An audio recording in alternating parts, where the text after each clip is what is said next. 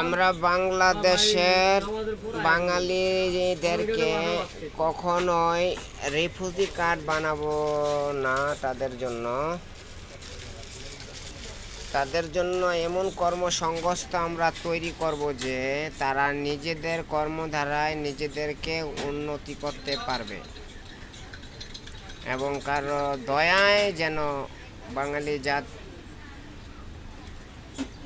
না চলে।